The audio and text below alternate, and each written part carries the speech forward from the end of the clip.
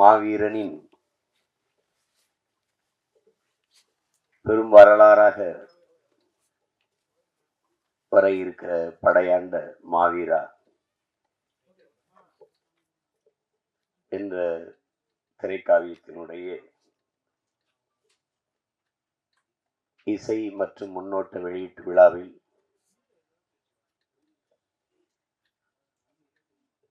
பங்கேற்றிருக்கிற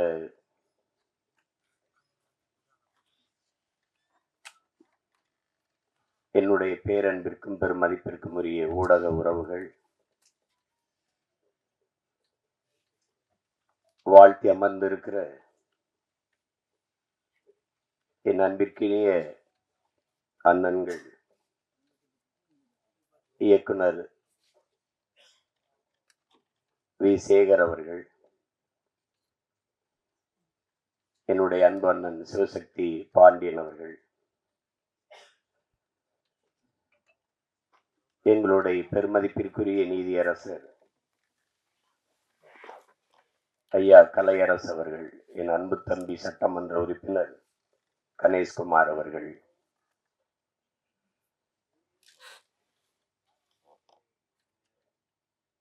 எல்லோருக்கும் என்னுடைய அன்பும் வணக்கமும்.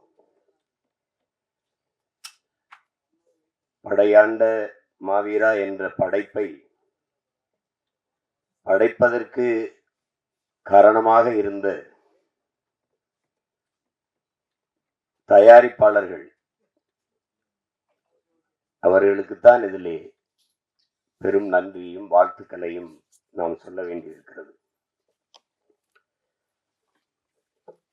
அதிலே பெருமுயற்சி எடுத்த என் அன்பிற்கினிய சரவணராஜ், என் அன்பு தம்பி கிருஷ்ணமூர்த்தி, எங்க ஐயா குமாரதேவன், குரல் அமுதன், மதிப்பிற்குரிய ஐயா உமாதேவன், கிரியாடெக் பாஸ்கர் அவர்கள், பரமேஸ்வரி குமரேசன், எல்லாவற்றுக்கும் மேலாக இவற்றையெல்லாம் ஒருங்கிணைத்த பசுமை தாயகம் என் அன்பிற்கிலேயே கண்ணன் அவர்கள், வாழ்த்தி விட்டு சென்றிருக்கிற என் பாசத்திற்குரிய தம்பி வழக்குரைஞர் பாலு அவர்கள்,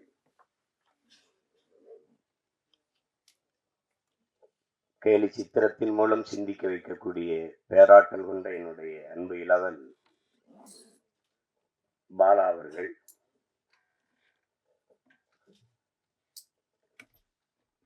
பாட்டு வெளியிட வேண்டும் என்று என்னுடைய தம்பி கௌதமன் எனக்கு அனுப்பியிருந்தார். அதை பாடல் காட்சியை பார்த்து இவ்வளவு சிறப்பாக நடன அமைப்புகள் வந்திருக்கிறதே, இது யாருன்னு அப்ப தெரியல, அதுல யாரு அது செஞ்சதுன்னு தெரியல. மேடைக்கு வந்தது என்னுடைய அன்பு தம்பிகள் இருவரை நாம் பார்த்த பிறகு, தினேஷ் ஸ்ரீதர் இருவரையும் பார்த்த பிறகு அதுக்கு காரணம் அவர்கள் இருவரும் தான் எனக்கு தெரிஞ்சது. அது தினேஷ் கூட நான் பணியாற்றி இருக்கிறேன். இள வயதிலேயே மிகச்சிறந்த திறமையை கொண்ட ஒரு நடன இயக்குனர். அதே போல தம்பி ஸ்ரீதர் அவர்கள். சண்டை காட்சி மிகச்சிறப்பாக வந்திருக்கிறது. படையாண்ட மாவீரன்ல அப்புறம் சண்டை இல்லாம எப்படி? தம்பி சில்வா அவர்களை நான் விண்ணூர்தி நிலையத்துல சந்திச்சேன். அவர் எனக்கு ஒரு வியப்பு தான்.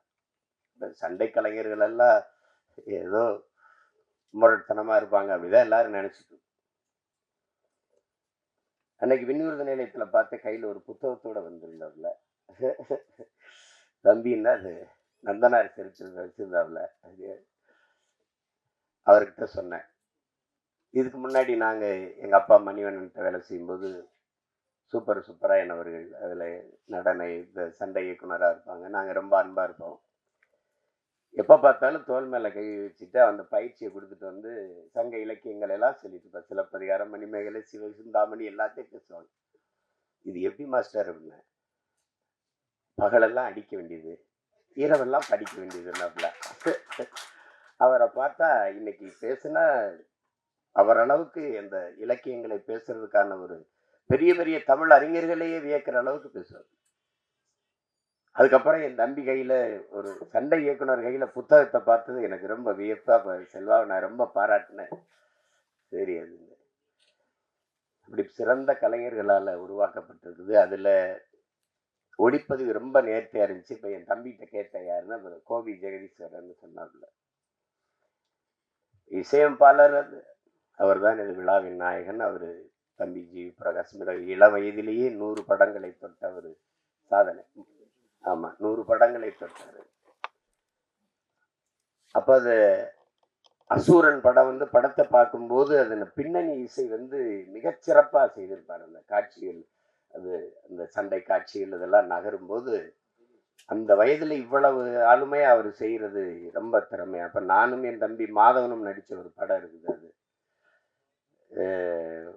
அந்த படத்துல அப்பதான் இவரை நேர்ல சந்திக்கிறேன். இசை இவர் தான், அந்த ஜி பிரகாஷ் தம்பி தான். அப்புறம் நாங்க ரொம்ப நெருக்கமானது காரணம் மொழி பற்று, இனப்பற்று, இனமான உணர்வு தான். ரொம்ப நெருக்கமா இருந்தோம். அப்புறம் அவரு பாடல்கள் எல்லாரும் செஞ்சிருவாங்க, பாடல்களை எல்லாரும் செஞ்சிருவாங்க. அந்த திரைக்கதையின் நகர்வுக்கு பின்னணி இசையை கொடுத்து அதை தூக்கி நிறுத்துறதுங்கிறது பேராற்றல். அது இந்த நிலத்துல நம்முடைய இசை இறைவன் அப்பா இளையராஜாவுக்கு இணையா இன்னும் எவனும் பிறக்கல. அந்த அதுக்கப்புறம் அந்த தலைமுறையில் தம்பி ஜி பிரகாஷ் ஒரு பெரிய கெட்டிக்காரர் என்பதை யாரும் மறுக்க முடியாது. அப்படி சிறந்த படைப்பாளர்களால் உருவாக்கப்பட்டிருக்கு. இதுல பின்னணி இசை ஷாம் அவர்கள் செஞ்சிருக்காங்க. அவங்க ஏற்கனவே நான் சில படங்கள் பார்த்திருக்கேன். சிறப்பாக செய்யக்கூடிய ஆற்றல் பெற்ற கலைஞர்கள். இதுல என்னுடைய தம்பி கௌதமன் இங்கே படைப்பாளி என்பதை தாண்டி என்னுடைய பாசத்திற்குரிய தம்பி. ஏன்னா எங்க அப்பா வடைமலைக்கும் எங்க அம்மாவுக்கும் நான் மூத்த மகன். எனக்கு பின்னாடிதான் கௌதமன், லெலினன்லாம். அந்த அடிப்படையில தான் நான் இந்த நாளைக்கு வைக்க முடியாதா, எனக்கு நான் வெளியூர்ல இருக்கேனே, ரொம்ப வேலையா இருக்கேன். இல்லை நீங்க வரணும், இருக்கணும், அவ்வளவுதான் வச்சுட்டாப்புல. சரி, எடா பெரியது, எல்லா வேலையும் விட்டுட்டு அவசர அவசரமா விருது பிடிச்சு நான் எல்லாரும் வந்திருப்பாங்களே, கொஞ்சம் தாமதமாறமேன்னு ரொம்ப வருத்தமா இருந்தது. அதுக்கு உங்க எல்லாத்தையும் நான் என் வருத்தத்தை தெரிவிக்கிறேன். கொஞ்சம் வர நேரம் ஆயிடுச்சு. கௌதமன்ட்ட இங்கே பாராட்டி எல்லாரும் பேசுறது மாதிரி அவர் எந்த ஒரு வேலையும் ஈடுபாட்டோட செய்யக்கூடிய ஒரு தம்பி. அவரோட நான் மகிழ்ச்சி படம் நடித்தேன், தம்பிக்காக தான் நடித்தேன். அப்புறம் அங்கே எங்கள் தயாரிப்பாளர் இருக்கிறாங்க மணிவண்ணன். அது எங்கள் எல்லார் மேலேயும் பேரன்பு. குறிப்பாக என் தம்பி கௌதம் மேலே அவருக்கு என்னை போலவே நேசித்து நிற்கக்கூடிய ஒரு பெரிய உறவுக்காரர் அவர். எங்கள் எல்லாருக்குமே கொடை அவர் தான். நாங்கள் ஒரு கூட்டம் நடத்தினா இருந்தாங்க, வந்து கொடுத்துட்டு போயிடுவார். 50,000 வச்சுக்கிறீங்க, 1,00,000 வச்சுக்கிறீங்க. அப்படி உணர்வின் உறவினுடைய பிணைப்பு. அப்போ அதில் அப்பவே பார்த்து தம்பியுடைய ஈடுபாட்டை, அவனுடைய படைப்பின் ஆற்றலை வந்து ஆட்டோ சங்கர் நான் ரொம்ப பின்னாடி தான் பார்த்தேன். மக்கள் தொலைக்காட்சியில தொலைக்காட்சி உருவாக்கத்துல நாங்கள் அந்த குழுவில் இருந்து எங்க ஐயா கூட, எங்க ஐயாவுக்கு ரொம்ப நெருக்கமான ஒரு இல்லை, அதுல என் மேல பேரன்பு. அதுல இந்த சந்தன வீரப்பன் தொடர், ஆமா சந்தன காடு, அந்த தொடர் வரும்போது பார்த்து நான் வியந்தப்ப, நானும் தம்பி அடிக்கடி பேசிக்கிறதுனால பாராட்டிக்கிட்டு இருந்தேன். அப்ப நான் எங்க தலைவர்கிட்ட சந்திச்சு பேசிக்கிட்டு இருக்கும்போது அப்ப எங்கால பேச்சு வந்துருச்சு, வீரப்பனுடைய பேச்சு வந்துருச்சு. அப்ப பேச்சு வரும்போது அவருக்கு அவர் மேல பெரிய மதிப்பு, வீரப்பனார் மேல பெரிய மதிப்பு. அது காரணம் அது எனக்கிட்ட சொன்ன வார்த்தையை நான் பதிவு செய்யறேன். நம்ம இனத்துல அந்த இடத்துல ஒரு வீரன், அந்த இடத்துல ஒரு வீரன், அதனால எனக்கு அவரை ரொம்ப பிடிக்கும் அப்படின்னு. அவர் கண் பார்வை கொஞ்சம் மங்கிருச்சு அப்படிங்கிறது அப்ப அவருக்கு சொல்லப்பட்டிருக்கு. அப்ப அது இங்க அழைச்சிட்டு வந்து இங்க மருத்துவம் செஞ்சிடலான்னு தான் அதுக்கு பெருமுயற்சி எடுத்தவர் எங்க தலைவர். அதை கொடுத்து ஒப்படைக்க சில ஆளுகள்கிட்ட கொடுத்தது. அந்த செய்தி கசிஞ்சு அது உளவுத்துறை வந்து ஈழத்தமிழ்ல உள்ள போய் பேசி, அது பெரிய திரைக்கதை நடந்துச்சு, அந்த பேரை நடந்துச்சு. எப்படி இறந்தாருன்னு கேட்ட போது நீங்களும் தெரிஞ்சுக்கணும்ல, அந்த இதுல இது சுற்றுலா ஒன்றும் சொல்லல, செய்யல. உறவுக்காரர்கிட்ட அவருக்கு வழக்கமா கொடுக்குற இடத்துல மோர்ல விஷத்தை கலந்து கொடுத்து கொண்டுட்டாங்க. அது ஆங்கில படம் போல இருக்கும் பாருங்க. எல்லாரும் மோரை குடிச்சிடுறாங்க. குடிச்சிட்டு போய் அந்த ஓடையில கை கழுவ வாய் கழுவ போகும்போது ஏதோ இருக்குது இதுல மயக்கமா வருது, இதை குடிச்சிடாதீங்கன்னு சொல்ல திரும்பும்போது நம்மளால குடிச்சிட்டு இருந்துறாப்ல. எப்படி இருக்கு பாருங்க. இறந்து 2 நாள் கழிச்சு ஒரு ஆடு மேய்க்கிற சிறுவனை அனுப்பி பார்த்துட்டு செத்துட்டாருன்னு உறுதி செஞ்சுட்டு போனதுக்கு பிறகு மீசையெல்லாம் வெட்டி வண்டியில ஏற்றி ஆட்டு ரத்தத்தை தெளிச்சு சுட்டு நாடக குழுவுக்கு இது ஒன்றும் புதுசு இல்லையே அப்படி சொல்லப்பட்டதான். அப்ப அது சொன்னவொன்னே சொன்ன நான் நினைச்சேன் கிட்ட நெருங்கி இருக்க முடியாது, இல்லைன்னா இப்படித்தான் கொண்டிருக்க முடியும்னு சொல்லிட்டு சொன்னாங்க. அப்புறம் அந்த அப்பப்ப நேரம் கிடைக்கும் போது கொஞ்ச நேரம் அந்த தொடரை பார்க்கிறேன், மறுபடியும் முழுசா பார்க்க முடியும் போது அப்பதான் நான் தம்பி கௌதமனே என் தலைவருக்கு சொல்லி தம்பி தான் அதை எடுத்திருக்கிறார் அப்படின்னா, அப்போ முழுமையா பார்க்கறதுக்காக நான் என்னுடைய அன்பு சகோதரன் என்னுடைய ரத்தம் வேல்முருகன் அவர்கிட்ட பேசி தம்பிக்கிட்ட பேசி அந்த மொத்த தொடரையும் வாங்கி பெட்டியில் வச்சு அப்புறம் அனுப்பி வச்சேன் தலைவருக்கு. அதுல கௌதமன் எவ்வளவு பெரிய படைப்பாற்றல் கொண்ட ஒரு படைப்பாளி என்பது அது தெரியும். அந்த அதுக்கப்புறம் இப்ப படையாண்ட மாவீரா கண்ணன் அவர்கள் சொன்னது மாதிரி என் மேல தனிப்பட்ட அன்பு கொண்ட என் அண்ணன் காடுவெட்டி குரு அவர்கள், எங்க 2 பேரையும் நான் ஒரு திசை அவர் ஒரு திசை, நாங்க அவர் இந்த வட பக்கம் நாங்க தென் பக்கத்தில் இருந்த பிள்ளைகள். ஆனால் 2 பேரை இணைத்தது எங்கள் தமிழ், அந்த இன உணர்வு மான உணர்வு எல்லாவற்றுக்கும் மேலாக உலகத்தமிழ் பேரினத்தை இணைக்கிற பெரும் காந்தமாக இருக்கிற எங்கள் தலைவன் பிரபாகரன். 2 பேர் தான் எங்களை இணைச்சது.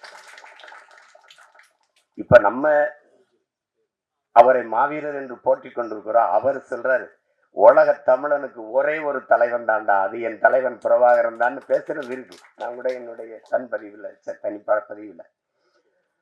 அப்ப நாங்க எப்ப பார்த்தாலும் நாங்க பொங்கு தமிழ்ல சந்திப்போம்.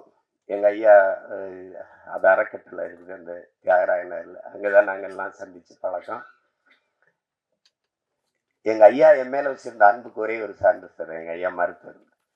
பெரிய பெரிய அப்ப நான் கட்சி ஆரம்பிக்கல, திரைப்பட இயக்குனர் தானே, சட்டமன்ற உறுப்பினர்கள் தலைவர்கள்லாம் பார்க்க வந்திருப்பாங்க. நான் ஒரு ஓரத்தில் உட்கார்ந்துருப்பேன், ஐயா வர சொல்லிட்டாங்க பார்க்கணுன்ட்டு. நேராக வருவாங்க, வாங்க அப்படின்னு என் கையை பிடிச்சி உள்ள கூட்டிகிட்டு வருவாங்க. இருக்கிற எல்லாருக்கும் ஒரு வியப்பா இருக்கு, இவன் யார் அந்த பையனை பிடிச்சி கூட்டிட்டு போறாங்க. அப்புறம் போய் பேசிட்டு நான் வந்த பிறகு மற்ற ஒவ்வொருத்தராக சந்திப்பாங்க. அதுல எங்க ஐயா என் மேல வச்சிருந்த அந்த பற்று இன்னைக்கு வரைக்கும் எனக்கு நெகிழ்ச்சியா இருக்கு. அப்ப அந்தப்ப நான் எங்க அண்ணன் காடுவெட்டி குரு இருப்பாங்க, அப்ப நிறைய பேசுவோம். அப்ப அந்த நேரம் ஈழப்ப சிக்கல்களை பேசுவோம், தலைவரை பற்றி பேசுவோம், மொழி குறித்து பேசுவோம், போராட்டம் குறித்து பேசுவோம். அப்பதான் நாங்க தமிழ் பாதுகாப்பு இயக்க வச்சு மொழி மீட்சிக்கு பாடுபட்டோம். இல்லைன்னா 85 வயசுல தமிழை தேடி ஒரு தலைவன் இந்த நாட்டுல நடந்து போறாரு தெருவில்லைன்னா அது எங்க ஐயா மருத்துவர் ராமதாஸ் தவிர அவர் இருக்க முடியாது. அப்படிப்பட்ட அன்பு என் மேல எங்க அண்ணன் காடுவெட்டி குரு அவர்களுக்கு. என் தம்பி சொன்ன அந்த மருத்துவ மனை காட்சியில நான் அவர் மருத்துவமனையில மருத்துவம் எடுத்துக்கொண்டிருக்கும் போது அவரை பார்க்கறதுக்கு சென்று பார்க்க முடியல. அவர் சிறப்பு சிகிச்சை பிரிவில் இருந்தாரு. அது இன்னும் என் கண்ணுக்குள்ள இருக்குது. அவ்வளவு பெரிய ஒரு தனி மனிதன் அப்படிங்கிறது எல்லாராலையும் ஒரு மனிதன் நேசிக்கப்படுறது ரொம்ப கடினம், ரொம்ப கடினம். குருனா ஒரு நிமிர்வு, குருனா ஒரு ஒரு தினசுறது, ஒரு வீரம், ஒரு அச்சம் தெரிச்சு பறக்கும். அதாவது அது அப்படி ஒரு ஆள். அவர் இயல்பான மனிதன், பெரிய இலக்கியம் அப்படி அப்படி பேசுறது அந்த மாதிரி பேசுறது இயல்பாதான் பேசுவார். ஆனா ஒவ்வொரு வார்த்தையிலையும் அந்த பாசம் இருக்கும், அன்பு இருக்கும். அப்படி ஒரு நெருக்கமான எங்க அண்ணன். அவர் வீட்டில் வரவேற்பு அறையில மாட்டப்பட்ட ஒரே படம் எங்கள் தலைவன் பிரபாகரன் படம் தான். அதை என் தம்பி அந்த படத்திலே பதிவு பண்ணியிருக்கிறாப்ல. ஆனா தனிக்கு அதை விட்டுட்டது. தலைவர் படம் வர்றதுன்னா நாங்கள் சோறுட்டியில் ஓட்டானே கிழிச்சு போட்டு போகுது. ஆனால் அதை விட்டுட்டது. அது என்னன்னு தெரியல. நான் கூட சொல்லுவேன், படத்தை பார்த்து எப்படி பயப்படல, அவர் படையை பார்த்து எப்படி எப்படி அப்படின்னு. 3ஆம் உலகப் போர் இனிமே வருதுன்னாங்க. அதெல்லாம் இல்லை, நாங்க 3ஆம் உலகப் போரை செய்த இனத்தின் மக்கள்.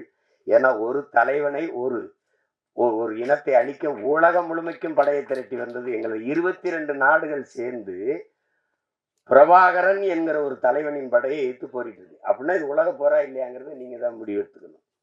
அப்படிப்பட்ட ஒரு அண்ணன் என்னுடைய காடுவெட்டி குரு அவர்கள். குருன்னா மானம், வீரம் எல்லாம் சேர்ந்துதான் அந்த அந்த ஒரு அந்த ஒரு மகன் அவரு. அப்ப அந்த இங்க பேசியவர்கள்லாம் சொன்னாங்க பாருங்க, பணமா இனமானா இனத்தின் பக்கம் நிற்கக்கூடிய ஒரு வீரன், ஒரு தமிழன் அவரு. அப்ப அப்படித்தான் நீங்க மண்ணை காக்கிற போராட்டத்தில் எதற்காகவும் மண்ணை விட்டு கொடுக்காததான் மாவீரனா இருக்க முடியும். அதேதான் எங்கள் தலைவருக்கும். என் தாய் நிலத்தை இன்னொருத்தன் அடிமைப்படுத்தி ஆள அனுமதிப்பவன் எப்படி வீரனா இருக்க முடியும்? என் தாயின் மடியில் இன்னொருத்தன் தலை வைத்து படுக்க என்ன மகன் சம்மதிப்பான்? அந்த உணர்வின் எழுச்சிதான், அதுதான் புரட்சியாகவும் போராட்டமாகவும் வருகிறது.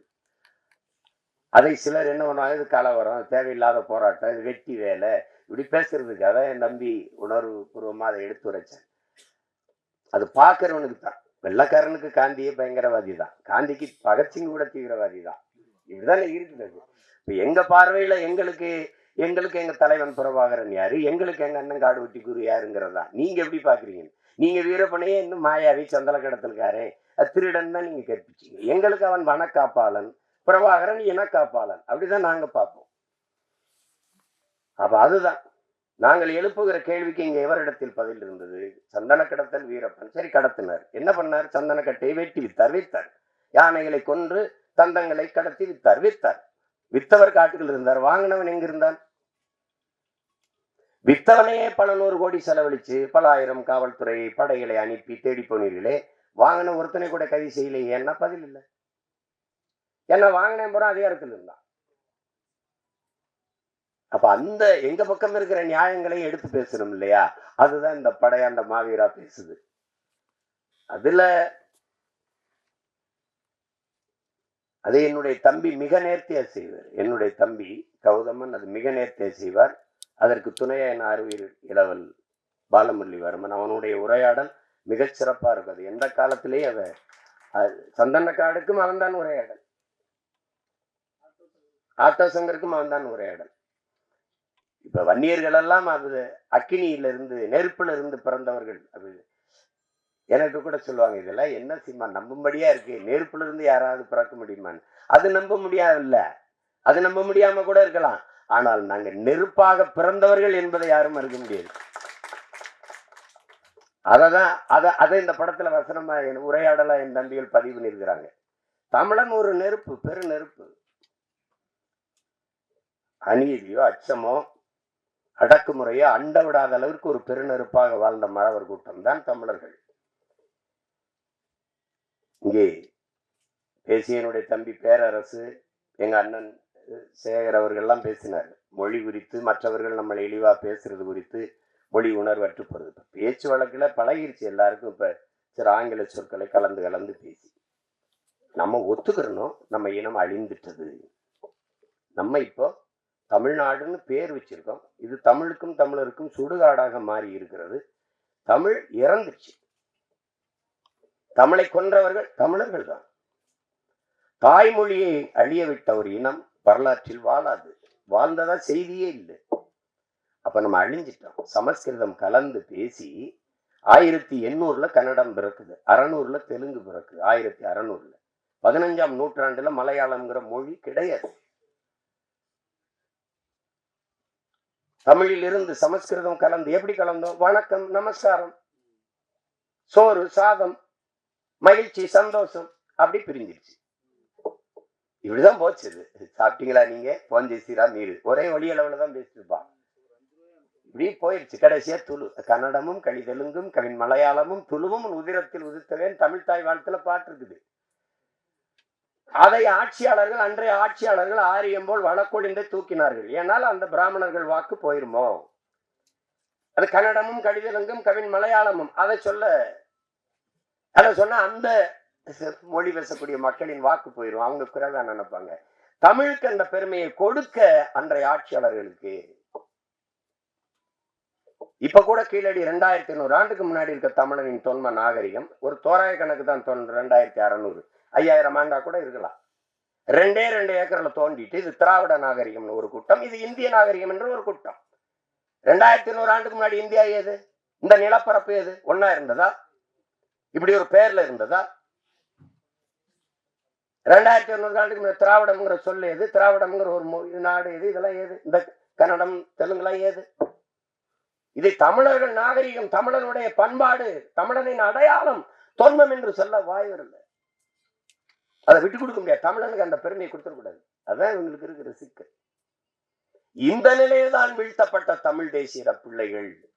எங்கள் தலைவர் சொல்லுகிறார், உலகத்தில் 13 கோடி தமிழ் மக்கள் உலகெங்கும் பரவி வாழ்ந்தாலும் தமிழீழ மண்ணில் தான் தமிழ் தேசிய மக்களின் ஆன்மா விழிப்புற்றதுங்கிறது.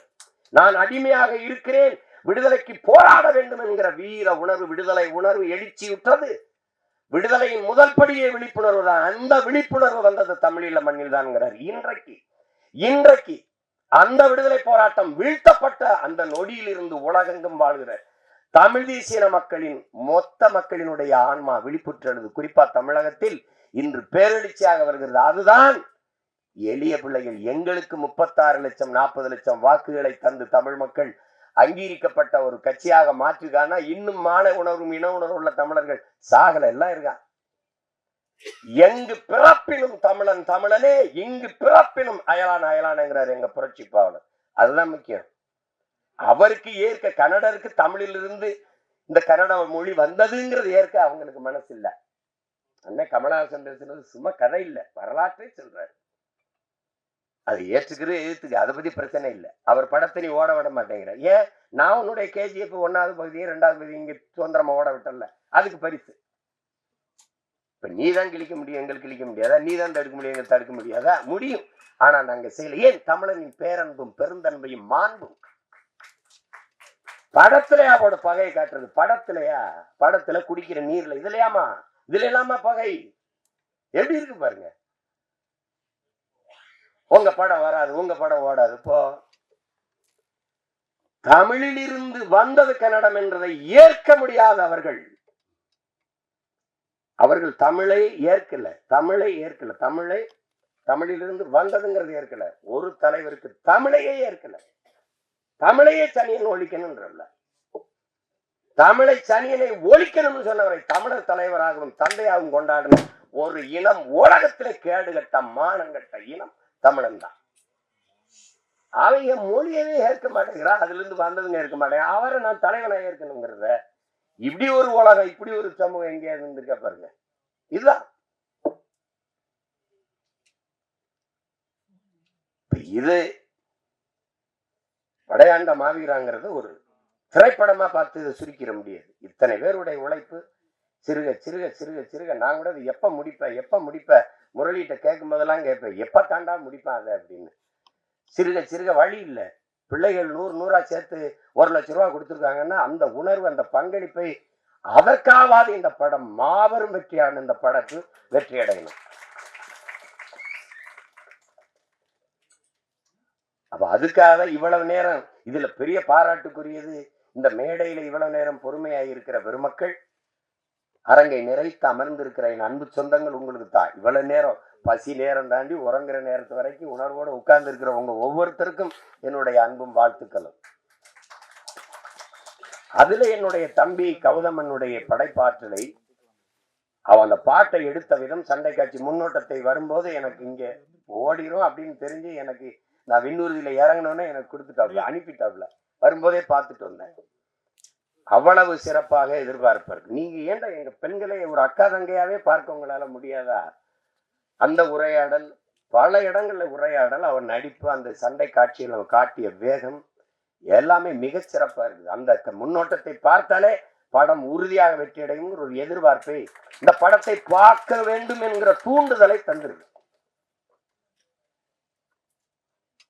பாடல் எல்லாம்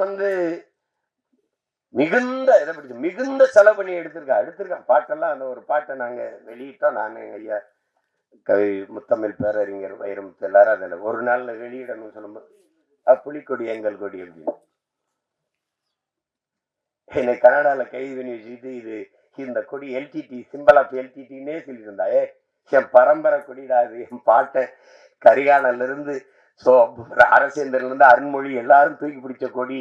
ஒரு 1 மணி நேரம் சண்டை, 2 பேருக்கு கைது சண்டை நடக்குது. அதுல அது புலிக்கொடி எங்கள் பரம்பரை கொடி. ஏன் எங்களுக்கு எங்க தலைவர் சொல்றாரு, அவரே சொல்றாரு, ஏன் புலிக்கொடியை நான் எடுத்தேன், பாண்டியனுடைய மீன் எடுத்திருக்கலாம், சேரனுடைய வில்லம்பு எடுத்திருக்கலாம். அவர்கள் எல்லாம் அவரவர் எல்கைக்கு உட்பட்ட நிலப்பரப்பை ஆண்டார்கள்.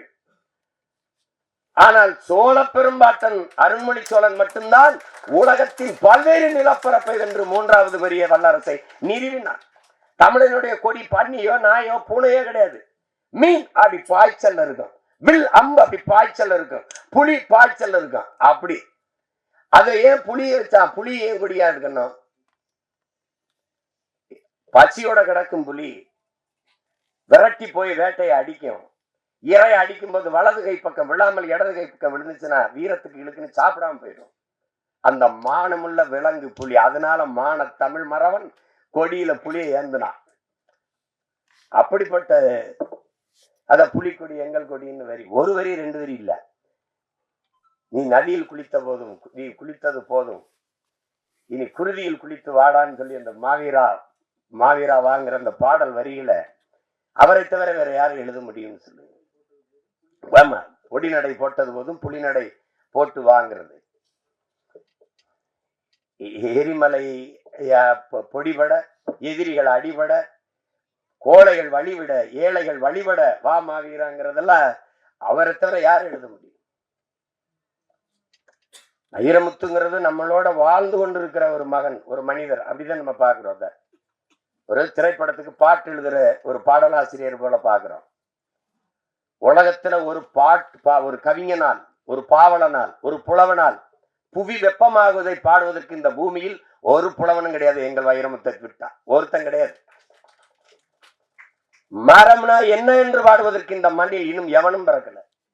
எங்கள் வைரமுத்தை விட்டா எல்லாரும் ஒண்ணு பாப்பீங்க, அவனு பாப்பான். மரம் பூமியின் ஆச்சரிய குறி, இப்படி யாரும் பார்த்திருக்க மாட்டாங்க.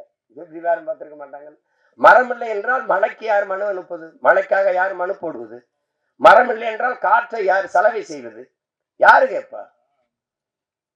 மரம் இல்லை என்றால் என்ன இருக்கிறது? மரம் மனிதனின் மூச்சு காற்று. இதுல என்ன பாருங்க, மரம் எல்லா உயிரினங்களும் மூச்சு காற்றை நற்காற்று சுவாசித்து கெட்ட காற்றை வெளியிடும். ஆனால் மரங்கள் கெட்ட காற்றை சுவாசித்து நற்காற்றை வெளியிடும். அதனாலதான் நம்ம எல்லாம் உயிர் வாழ முடிகிறது. அப்ப மரம் மண்ணின் வரம், வளர்ப்பதே மனித அறம் என்று பாடிய ஒரு கவி நம்மோடு இருக்கிறார் என்றால் அது நம்முடைய முத்தமிழ் பேரறிஞர் ஐயா வைரமுத்தவர்கள் தான். பாரதி மகா கவிஞன். ஏன் கவிஞனுக்கு மகா கவிஞனுக்கு என்ன? காலம் உருவாக்கியவன் கவிஞன், காலத்தை உருவாக்கியவன் மகா கவிஞன். அது பாரதி, நம் பாட்டன் பாரதி. எங்காலும் மகா கவிதை தந்தவர். 3ஆம் உலகப் போருங்கிற புத்தகத்தை நீங்க படிங்க. நீங்க அவர் எழுதின கருவாச்சி காவியம், கள்ளிக்காட்டு இதிகாசம் 3ஆம் உலகப் போர் ஆங்கிலத்தில் வந்திருந்தால் உலகத்தில் எந்த எழுத்தாளன் அவருக்கு இணையான இருக்க முடியாது. உலகம் கொண்டாடி இருந்திருக்கும். அவர் கெடுவாய்ப்பா நம்ம இனத்துல பிறந்துட்டா, வடுகப்பட்டியில தேதியில தமிழ்ல எழுதிட்டாலும் அதெல்லாம் அது யாரும் மதிக்கிறது இல்லை. அவர் இருக்கிற இடம் வேற, நான் இருக்கிற இடம் வேற. அதை நாங்க 2 பேருமே பேசி முடிவு பண்ணிட்டோம். நம்ம ஒரே இலக்கை நோக்கி பாய்கிற இருவரும் நதிகள். அது வேற, இது வேற. புரிதுன்னு நினைக்கிறோம். அதுல போய் நம்ம பேசிக்கிற வேண்டியது இல்லை. ஆனால் ஒரு பாவலனால் நீங்க நினைச்சு பாருங்க, இந்த உலகத்துல ஒரு கவிஞனால் அரசியல் பேச முடியுமா? புவியியல் பேச முடியுமா? பொருளாதாரம் பாட முடியுமா? வரலாறை பாட முடியுமா? இலக்கியம் பாடுவார்கள். மருத்துவத்தை பாட முடியுமா? மருத்துவத்தை பாடுமா? எங்கேயாவது கேட்பாரு, தொப்பை முயலோ தொப்பை கிளியோ உண்டா அப்படி. அவரை மாறி நீங்க எல்லாவற்றையும் குறித்து பாட முடியும், எழுத முடியும், பேச முடியும் என்றால் உலகத்தில் ஒரே கவியால் தான் முடியும். அது நம்முடைய முத்தமிழ் பேரறிஞர் ஐயா வைரமுத்தால தான் முடியும். அவரோடு நீங்கள் பொருளாதாரம் பேசலாம், இலக்கியம் பேசலாம், மருத்துவம் பேசலாம், வரலாறு பேசலாம், அறிவியல் பேசலாம், புவியியல் பேசலாம், உளவாண்மை பேசலாம், எதை பற்றியும் பேசலாம். அப்படி ஒரு கவிஞன் இந்த நிலத்தில் இனி வருவது அரிதினும் இல்லை. உயிரை பிரிவது மட்டும் சாவில்ல, ஊரை பிரிவதும் சாவுதாண்டான்னு எழுதிருக்காப்ல. இதெல்லாம் அவர் சொல்றாரு பாருங்க.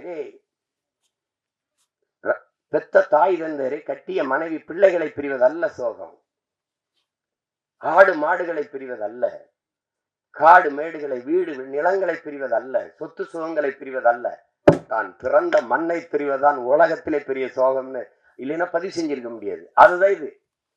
உயிர் பிரிவது மட்டுமல்ல சாவு, ஊரை பிரிவதும் சாவுதான். இல்லைன்னா விடைகொடி எங்கள் நாடே கடல் வாசல் தெளிக்கும் வீடே, அந்த பாடலை கேட்டு கண்ணீர் வடிக்காது நெஞ்சுருகி கண்ணீர் வடிக்காத தமிழ் மகன் உலகத்தில் இருக்க முடியாது. அவர் எழுதிய வரிகள் இந்த என் தம்பி பேசுற உரையாடல் அதுலயே இருக்குது. எங்களுக்கு 3 காட்டுல இருந்தா திருப்பி அடிச்ச, ஒண்ணு சந்தன காடு, முந்திரி காடு, இன்னொன்னு வன்னிக்காடுன்னு.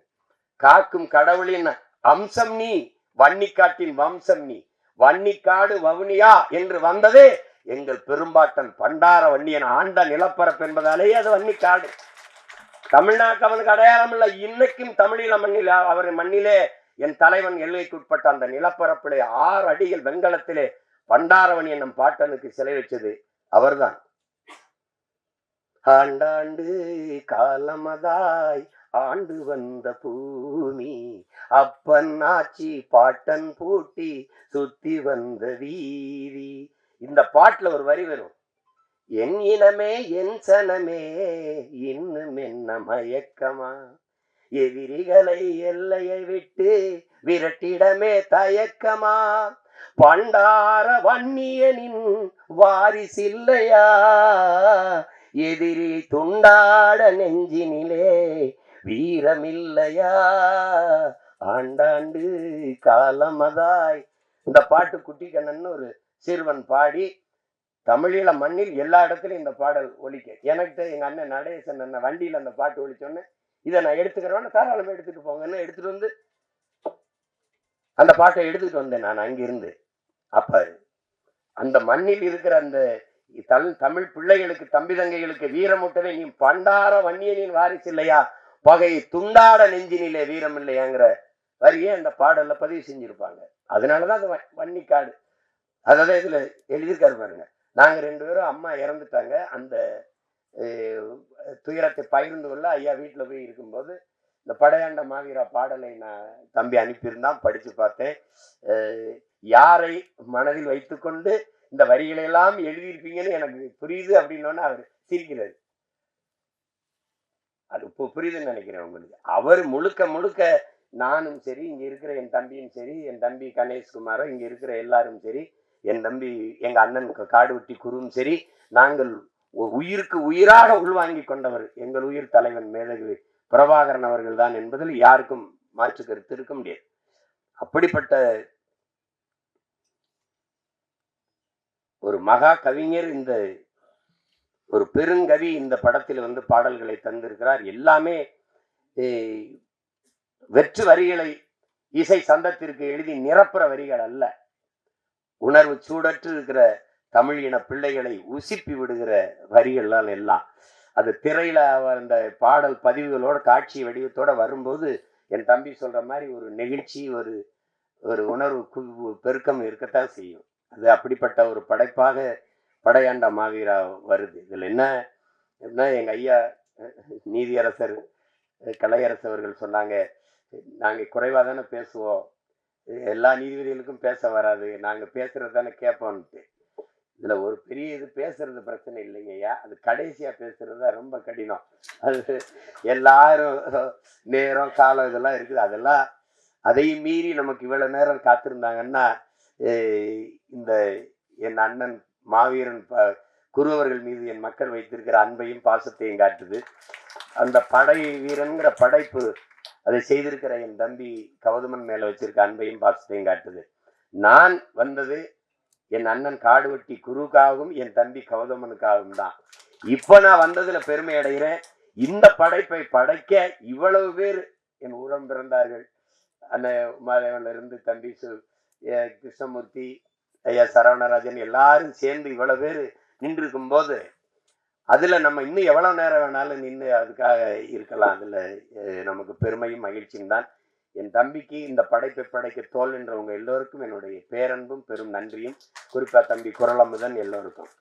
அதுல அவன் கஷ்டப்பட்டு எடுத்தாலும் சிறந்த கலைஞர்களை கூட வச்சுக்கிட்டான். தம்பி சில்வா, என் தம்பி தினேஷ், ஸ்ரீதர் போன்ற தம்பிகளை எல்லாம் கூட வச்சுக்கிட்டு நல்ல படத்தொகுப்பு இருக்குது, சிறந்த படத்தொகுப்பு. ஒளிப்பதிவாளர் மிக அருமையா பதிவு பண்ணியிருக்கார் அந்த முந்திர காடுகளை, அந்த இடத்தையெல்லாம். படம் மாபெரும் வெற்றி அடையணும்.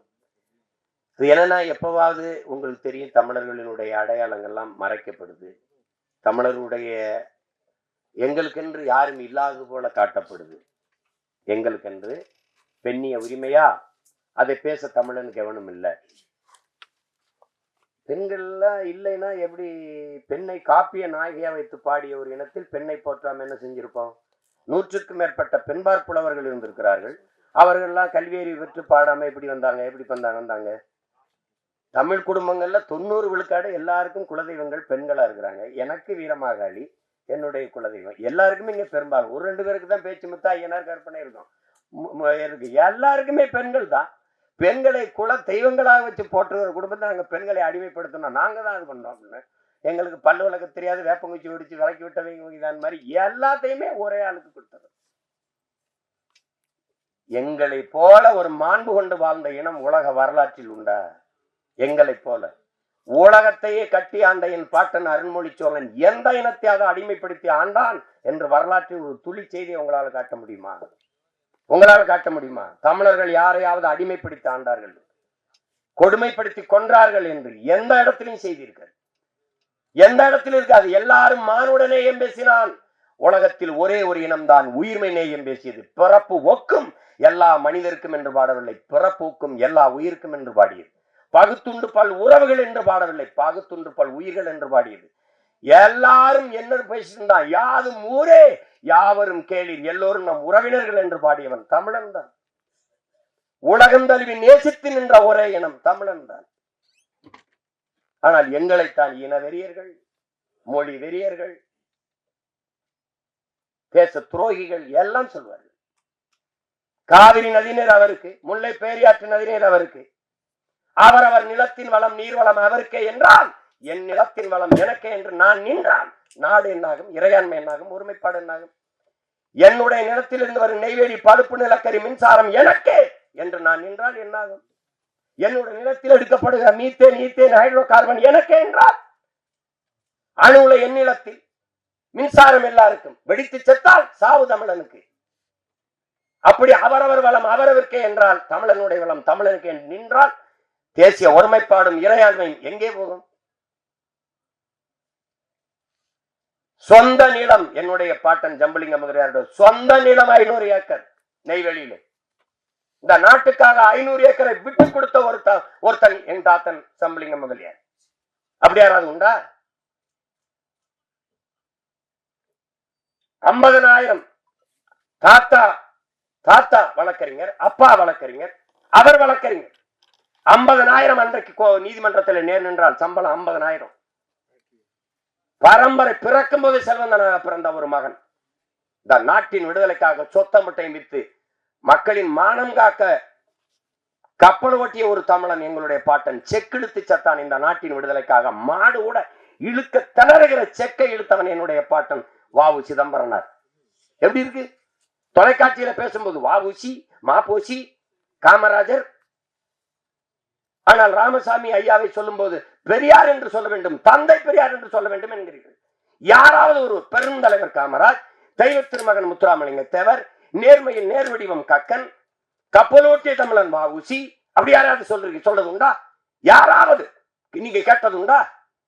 இல்ல விவாதங்கள்ல பொது மேடைகள்ல மாப்போசி, ஏன் சிலம்பச்சிறுவர் மாப்போசி சொன்னால் நாக்கு சுலுக்கிக்கிறோமா?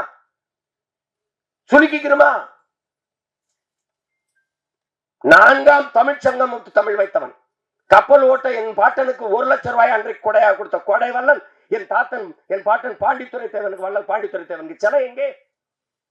ஒரு வளைவுல சுற்று மரப்பாச்சி பொம்மை நெஞ்சு வச்சிருக்கான். பார்க்கும் போது நான் நெஞ்சு வெடிக்கும். ஒரு தமிழ் மகனுக்கும் அடையாளம் இல்லை, அழிக்கப்பட்டிருக்கான்.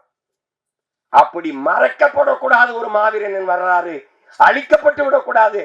இந்த வருங்கால தலைமுறைக்கு அவனுடைய வாழ்க்கை ஒரு பாடமாக படிப்படையாக இருக்க வேண்டும் என்பதற்காக படைக்கப்பட்ட ஒன்றுதான் படையாண்ட மாவீரா. அதை கவனத்தில் வைத்துக் கொள்ளணும். நீங்க பார்க்கிறது குருவை சாதி வெறியன் என்று, நாங்கள் பார்க்கிறது அவன் சமூக சமத்துவத்திற்கு போராடியவன் என்று. அதைத்தான் இந்த படம் போதிக்க போகிறது. நாங்கெல்லாம் போராடுகிறோம், எங்கள் வளர்ச்சிக்கு எதிரானவன் என்றீங்க. சிப்காட் தொழிற்சாலைங்கிற தொழிற்சாலையின் முதலாளி யார்? அந்த தொழிற்சாலைக்குள்ள என்ன நடக்க போகுது? எது உற்பத்தி ஆக போகுது? அங்க வேலை யார்? முதலாளி யார்? வளர்ச்சிக்கு எதிரானவன். எது வளர்ச்சி? இங்கே மனித உழைப்பு மலிவா கிடைக்குது. நிலத்தடி நீர் எவ்வளவு நாள் உறிஞ்சிக் கொள்ளலாம். விளைநிலங்களை எத்தனாயிரம் ஏக்கர் வேணாலும் பறித்துக் கொடுக்க அதிகாரங்கள். உற்பத்தி செய்கிற பொருளை விரைந்தெடுத்தல் 8 வழிச்சாலை 4 வழிச்சாலை போடப்படுகிறது. தடையற்ற மின்சாரம் மக்களுக்கு அல்ல, தொழிற்சாலைகளுக்கு. அரை மணி நேரம் 1 மணி நேரம் அந்த மின்சாரம் தடைபட்டு உற்பத்தி இழப்பு ஏற்பட்டால் அந்த இழப்பை மத்திய மாநில அரசுகள் ஈடுகட்டும். புரிந்துணர்வு ஒப்பந்தம். முதலாளி வருகிறான், மனித உழைப்பை சுரண்டி உற்பத்தியை பெருக்கி பல ஆயிரம் கோடி லாபத்தை கொண்டு போகிறான். அந்த முதலாளி வாழ்வான் வளர்வானா? வெறும் சம்பளத்தை வாங்கி சாப்பிடுற நான் வாழ்வேன் வளர்வேனா? இது வளர்ச்சியா? இது வளர்ச்சியா? எது வளர்ச்சி? எது வளர்ச்சி? இவர்கள் கற்பிக்கிற வளர்ச்சி எது? பட்டினி எடுத்து சத்தால் கட்டையில் எரிக்காமல் கரண்ட்ல எரிப்பது வளர்ச்சி. இதுதான் பிச்சைக்காரன் சோவிக் மிஷின் வச்சு பிச்சை எடுப்பது வளர்ச்சி. எங்களின் கனவு பிச்சைக்காரனை இல்லாத தேசத்தை படைப்பதுதான் எங்களுடைய வளர்ச்சி. அப்படி இருக்கா? அப்படி இருக்கா? அதற்காக போராடுகிறவனை வளர்ச்சிக்கு எதிரானவன் தேசத்துறை என்று கட்டமைப்பது எப்படி? எந்த தொழிற்சாலை அரிசி பருப்பை உற்பத்தி செய்யும்? அது நிலத்தில் தானே விளையணும். நீ வீட்டு மனைகளாக்கி மாடியை கட்டி மொட்டை மாடியிலே கத்தரிக்காய் தக்காளி வீட்டு தோட்டம் போடுகிறாய். இது எவ்வளவு பெரிய கொடுமை! எவ்வளவு விளைய வச்சிருவ நீ? எப்படி விளைநிலங்களை அழிச்சரிச்சு விண்ணூர்தி நிலையம் கட்டுது? நீ பறக்கிறவனை பற்றி கவலைப்படுகிறாய், பச்சோடு பற்றி கவலைப்பட மாட்டேங்கிறாய். 28 கோடி மக்கள் இரவு உணவு இல்லாமல் தூங்க செல்கிறார் இந்த நாட்டிலே பல கோடிக்கணக்கான பச்சிலை குழந்தைகள் பசியோடு உறங்க போகிறார்கள் இந்த நாட்டிலே. எது வளர்ச்சி? எது வளர்ச்சி? எல்லாருக்கும் சரியான சமமான தரமான கல்வியை கொடுக்க நாடு முன்னேறுகிறது. வளர்ச்சியை நோக்கிய பாதை. எல்லோருக்கும் சரியான சமமான தரமான மருத்துவத்தை கொடுக்க நாடு போராடுகிறது. சரியான வளர்ச்சி அதுவா? அப்படி ஏதாவது இருக்கா? அப்படி ஏதாவது திட்டம் இருக்கா? அப்படிதான் நீ நெய்வேலி பழுப்பு நிலக்கரியில் 66 ஏக்கரை இதுவரை எடுத்திருக்கிறாய். இன்னும் 20 ஏக்கரை எடுத்து வச்சிருக்கிறாய். என் தாயின் ஈரக்குலை ஏன் இருக்கிறாய்? மீத்தேன் ஆடு மாட்டு கழிவில் எடுக்க முடியும், மக்கிய இலைகளை கழிவில் எடுக்க முடியும், மனித கழிவிலை எடுக்க முடியும் என்ற இயற்கையின் வாய்ப்பு இருக்கும்போது எதுக்கு என் பூமி தாயின் ஈரக்குலையை இதயத்தை அறுக்கிறாய் என்று கேள்வி கேட்பவன் இந்த நாட்டின் வளர்ச்சிக்கு எதிரானவனா? போரின் பேரழிவுக்கு பிறகு கூட மக்களை குடியேற்றி விட முடியும், மீள் குடியேற்றம். ஆனால் நெய்வேலியில் பழுப்பு நிலக்கரி நீ தோண்டி எடுத்த 66 ஏக்கரில் மறுபடியும் மக்களை குடியேற்ற முடியுமா? சொல்லு, நீ குடியேற்ற முடியுமா? வீட்டுக்கு ஒருவருக்கு வேலை என்று சொன்னீர்கள். 299 பேர் வேலை வாய்ப்பு கொடுத்தீர்கள். ஒருவன் கூட தமிழன் இல்லை. போராடியவன் நானும் எங்கள் சின்னையா அன்புமணி மட்டும்தான். அந்த இடத்துல 2 பேர் தான் கேட்டேன். எவன் கேட்டான்? அந்த நாட்டுல நிலம் என்னது, வளம் என்னது? நான் நிலத்தை கொடுத்துட்டு வீட்டை கால் பண்ணி வேற இடத்துக்கு போனேன். வேறையாவது எனக்கு இருக்கா? இல்ல. இதை எதிர்த்து போராடினால் நிலம் இழந்தால் பலம் இழப்போம். நாங்கள் சொந்த நாட்டிலே அகதியாக விரட்டப்படுகிறோம். இங்க வீடை இடிக்கிறாய் ஆக்கிரமிப்பு என்று. 60 ஆண்டுகளாக குடியிருந்தவனை வீட்டை இடிக்கிறாயே ஆக்கிரமிப்பு என்று. அவன் ஆக்கிரமிக்கும் போது என்ன பண்ணி கொண்டிருந்தாங்கிற கேள்விக்கு எவரிடத்திலே பதில் இருக்கிறது? ஆக்கிரமித்து கட்டப்பட்ட வீட்டுக்கு மின் இணைப்பு ஏன் கொடுத்தாய்? எரிவாயு இணைப்பு கொடுத்தாய்? குடும்பத்தை ஏன் கொடுத்தாய்? வாக்காளர் உரிமை கொடுத்தாய்? வரி எதுக்கு வாங்கினாய்? பதில் இல்லையே. அது நீர்நிலை ஆக்கிரமிப்பு. அப்ப 8 ஏக்கரை ஆக்கிரமிச்சு 4 கல்லறை கட்டி படுக்க வச்சிருக்கீங்க கடற்கரை, அது கடல் நீர்நிலை ஆக்கிரமிப்பு இல்லையா? இதை இடி என்று சொன்ன நீதிமன்றம் அதை கட்டி என்று சொல்கிறது. என்ன நீதி? என்ன நீதி?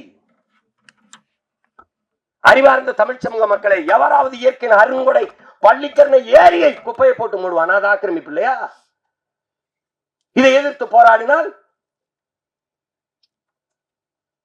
நீங்கள் என்ன வேணாலும் நினைங்கள், இந்த நிலத்தின் வளத்தை மக்களின் நலத்தை எவன் கெடுத்தாலும் நாங்கள் போராடுவோம். அந்த மரபில் எங்கள் முன்னத்தி ஏறான் என் அண்ணன் காடுவெட்டி குரு. அவன் தான் படையாண்ட மாவீரன்.